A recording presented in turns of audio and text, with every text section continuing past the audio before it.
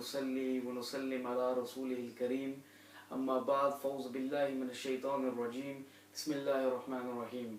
All praises for Allah subhanahu wa ta'ala, and most choicest blessings of Allah be upon Rasul Kareem sallallahu alayhi wa alihi wa sahbihi wa barik wa sallim. In the last video we discussed some of the introductory points to Kitab al-Sawm, of fasting according to the Hanafi school of fiqh, and the book that we're using with respect to our studies on Hanafi fiqh is Mukhtasar al-Qaduri by Imam Qaduri rahimahullah ta'ala. In this particular lecture I will talk about the importance of making intention for the purposes of fasting. Okay, making intention is something which is extremely important. It must be something which is clear and made with focus, especially with one's heart and mind. Okay, and it is actually mustahab. It's something which is an emphasized sunnah to be made in this manner, for the intention to be made before the fast. Clearly you can't enter a fast without intending to fast. Okay, you can't magically just, oh, I'm fasting, without knowing this. There has to be an element of fasting, and the ulama have often said that if you bring this intention to your tongues, and even if it's whispering, there's a certain barakah in hearing this and sort of implementing the intention for fasting in this way, alhamdulillah. With respect to fasting, there's a couple of things which I just want to iron out with yourself. You must fast, you must intend to fast the day before the fast itself. Okay, now for most people who do wake up for sahur, it's fine that they have their sort of pre-dawn meal, they have their sahur, then they make intention for fasting for the upcoming day of Ramadan, and they would continue in this manner. They would pray their Fajr Salah, they would carry on in this manner. However, what about the person who misses the sahur meal, the pre-dawn meal, and let's say they awake late? This is quite common amongst people, because it's a month where we're a little bit weak, and particularly as the month goes on, where we're not getting the same nourishment as we do in the rest of the year. We do tend to sort of oversleep the suhoor meal, etc. What do the ulama say about this? The ulama say that, let's say you woke up at 9, 10, even 11 o'clock, okay, and you decided to, it was your intention originally to fast today, alright, but you missed the suhoor meal, okay, can you now form intention and continue the fast as though you had woke up for suhoor as normal? The ulama say, as long as from the time of suhoor, or the closing of the fast on that particular day, you haven't engaged in anything, for example, eating, drinking, conjugal relations with your respective husbands or wives, or done anything else which would have invalidated the fast, then you are good to go and make intention up to sort of noon that day. Okay, in this country, in the United Kingdom, around about noon is where we have the highest point where the sun rises, which is known as, it rises to its zenith, and when it begins to sort of decline, the sun begins to decline from this point, which is known as the meridian. At that point, the minute the sun begins to decline, we enter a period of zawal time, and that happens around about midday, 12 o'clock. The ulama say, as long as you make your intention before 12 o'clock, you can continue your fast for that day. Okay. However, if we enter the zawal time and the sun begins to decline from its highest point at the meridian, then it will be too late for you to fast for that day. Whilst you won't be expected to do kafara, you will be expected to make qadha and make up that fast at a later date. Okay. Just a framework I want to set in place, for the upcoming lectures, because we're going to be referring to this throughout the coming lectures for Sawm.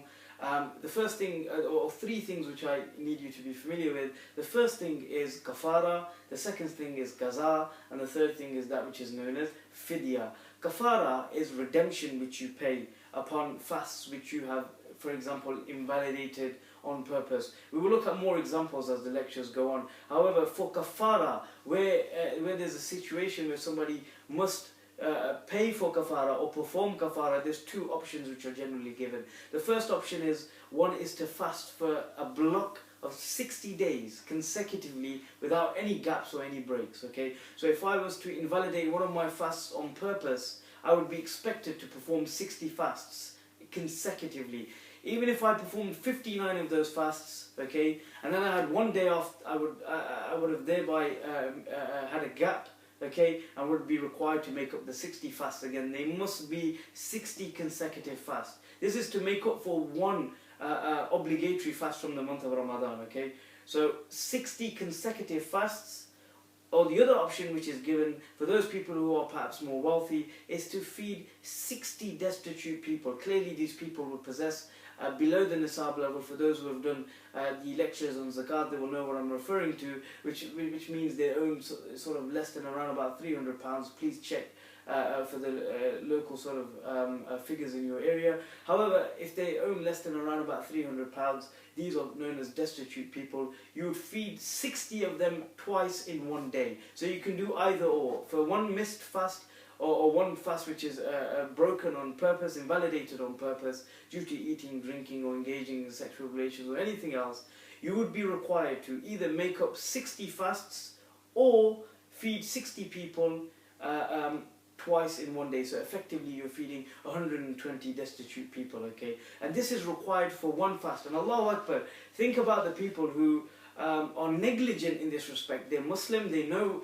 the obligation, they know about the faraid, but even then they miss fast for that entire year on the basis that, I think it's too difficult for me, I'm not going to do this, I couldn't possibly not eat lunch at work and carry on in a normal way. There are people like this, and I'm sure for those people who are watching this, everybody knows somebody who does something like this. May Allah give them all guidance. However, for those people, would you be surprised to know for 1 year of missed fast in this negligent way, they would be required to make up 1,800 fasts in 60 blocks. Okay, so for each fast they would need to make up 60 fasts in blocks, or they would have to pay, for the feeding of an incredible amount of people. All right.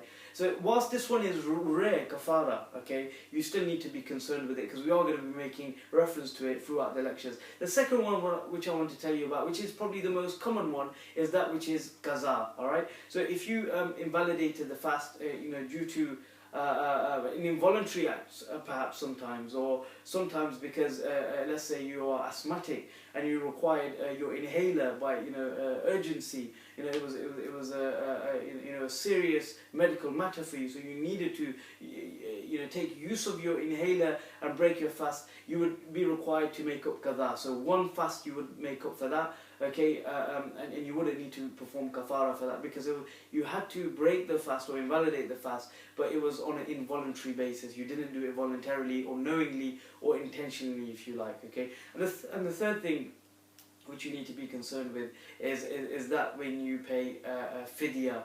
Fidya is when you have a shari uzr, you have a legal reason according to Sharia and Islamic law. Perhaps you're old and decrepit, perhaps you are ill, for instance, you have diabetes, type 1, or the one where you sort of administer injections on a daily basis, and you couldn't live without sugars within your sort of body, for a couple of hours. These people have medical reasons not to fast, and for those people, there's a shari uzr which needs to be given in the way of Allah, and that is, I refer to it as the notion as the common burger meal.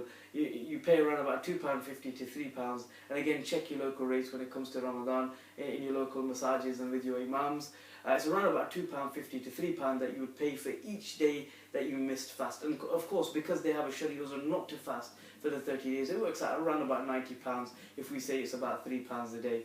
And this would be to feed one person one meal per day, and of course that person would be somebody who is poor and destitute, and there's also a criteria for them. However, this is something we also need to observe. So these are the three categories which we must be concerned with right from the outset, and once we have these in place and firmly embedded in our mind, inshallah, the rest of the lecture, or the rest of the sort of lectures on this particular topic will become a lot more clear, inshallah, Aziz. Until the next lecture, وَمَا عَلَيْنَا إِلَّا الْبَلَاغُ الْمُبِينَ.